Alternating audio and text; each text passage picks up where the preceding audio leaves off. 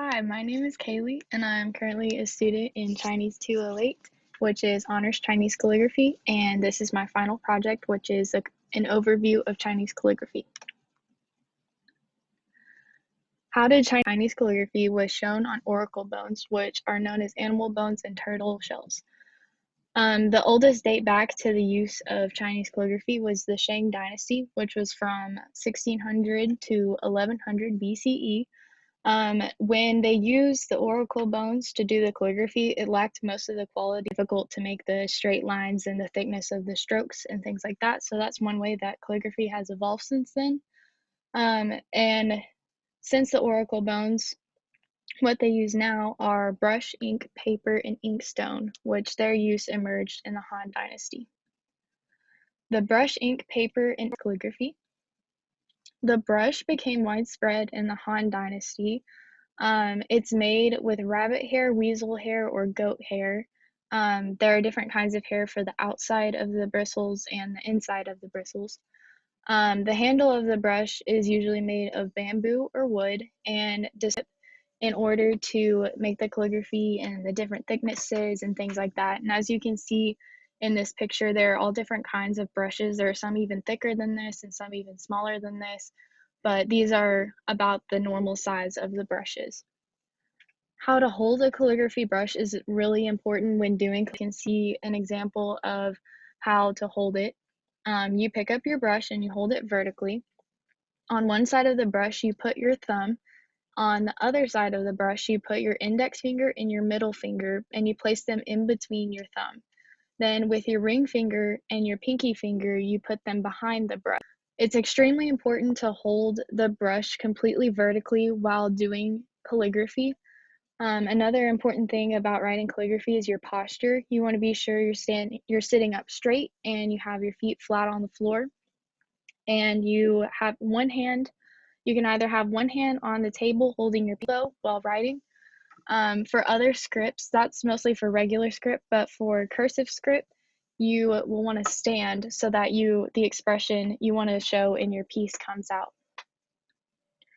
Another treasure of calligraphy is the ink, and the other one is the ink stone. The lampblack is created from burning pine resin or oil. This lampblack is pressed into molds when combined with the glue, and these create sticks or cakes that get ground up with water to be used as ink. And you can kind of see that in this picture to the left. They have water in the ink stone, which is grounded up on the ink stone, and that creates the ink that you use for your calligraphy work. By using the ink stick and the water, it allows the calligrapher to control the thickness of the ink and the density of it, and whether it's like really saturated or not. Sticks eventually became a form of decorative art, and they would become very expensive, and you can see on this picture how some of the art that was used on the ink sticks. The last treasure of Chinese calligraphy is the paper. The discovery of the process of the creation.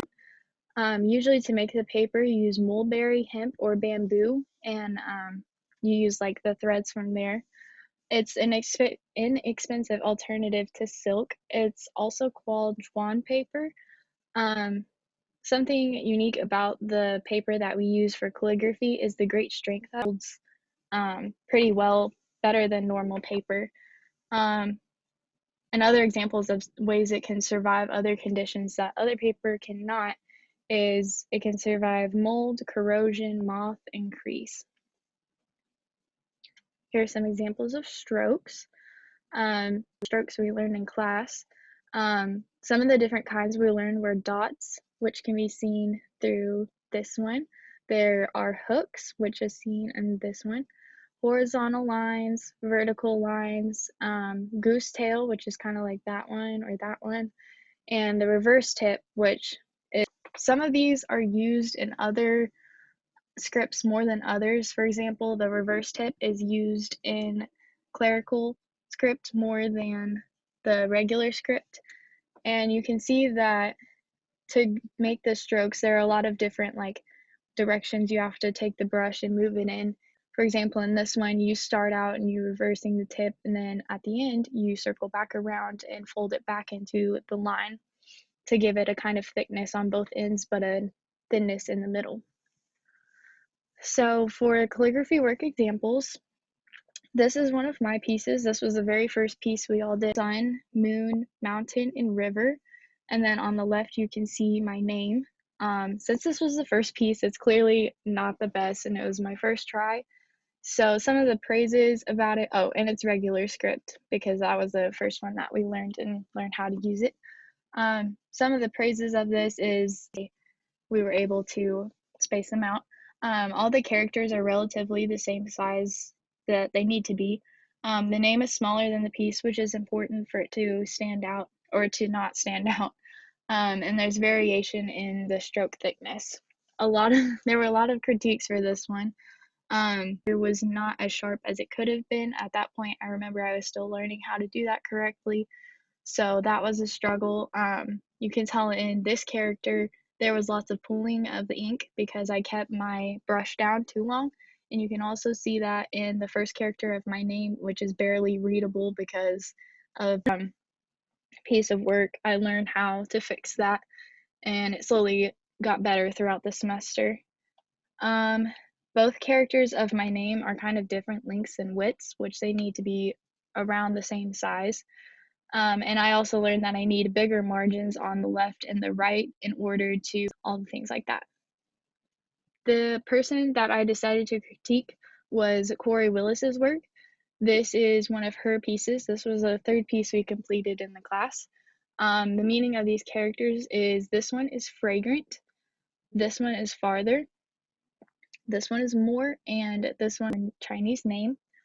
Some of the good things about Tori's work is they're very even spacing on all the characters, which is always a good thing in calligraphy pieces.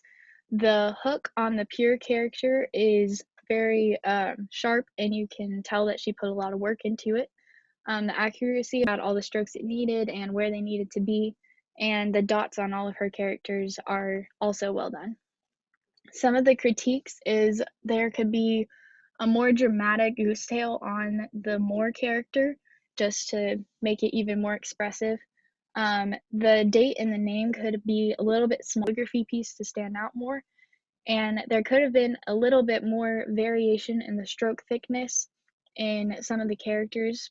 She did a really good job, but there just maybe could have been just a little bit more. But other than that, she did very well.